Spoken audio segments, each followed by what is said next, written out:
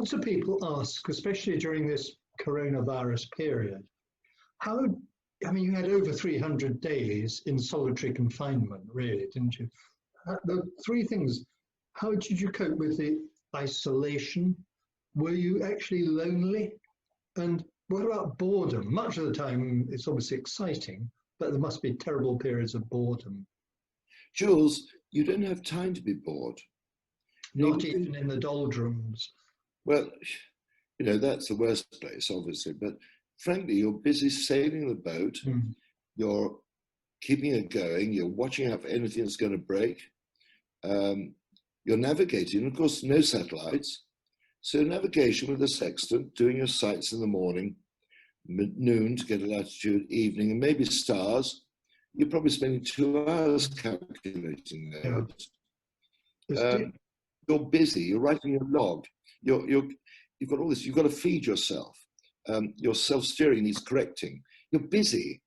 And people say you get bored. No, the worst time was off Australia when I picked up on a Saturday night, I picked up dance music. By this time my transmitter had failed, but I got the receiver. And I picked up dance music. And I thought, what the hell am I doing here? I should be on that dance floor, chucking up the Sheilas.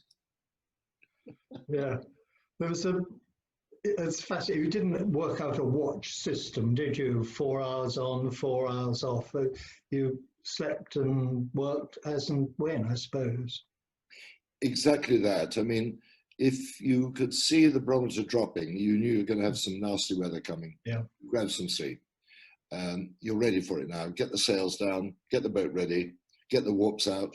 Once I learned that was the system to do, and that was very effective.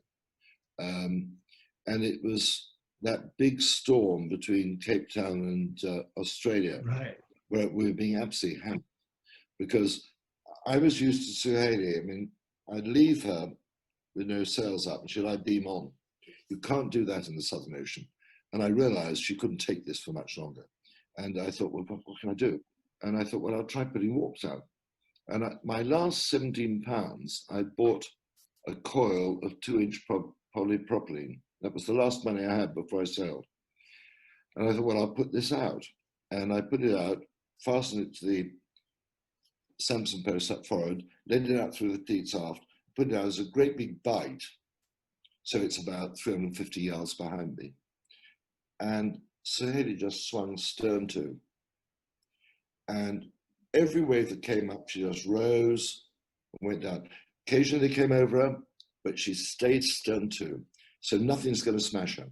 And except there was a point you were knocked down in the Southern Ocean, isn't that when you lost your radio, you lost your self-steering?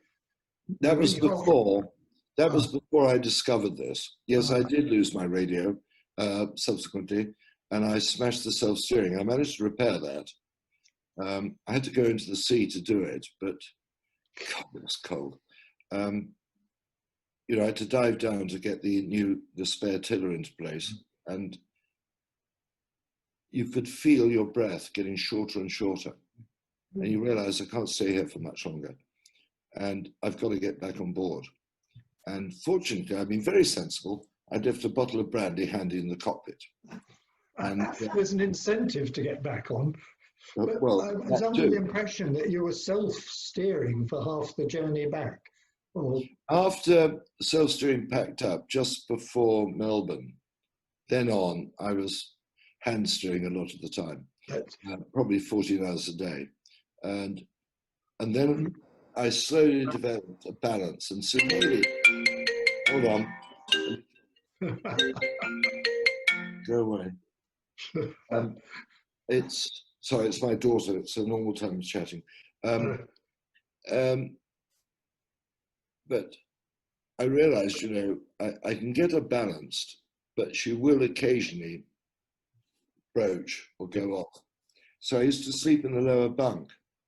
So if she jibed, I'd be thrown onto the deck and that would wake me up. Right.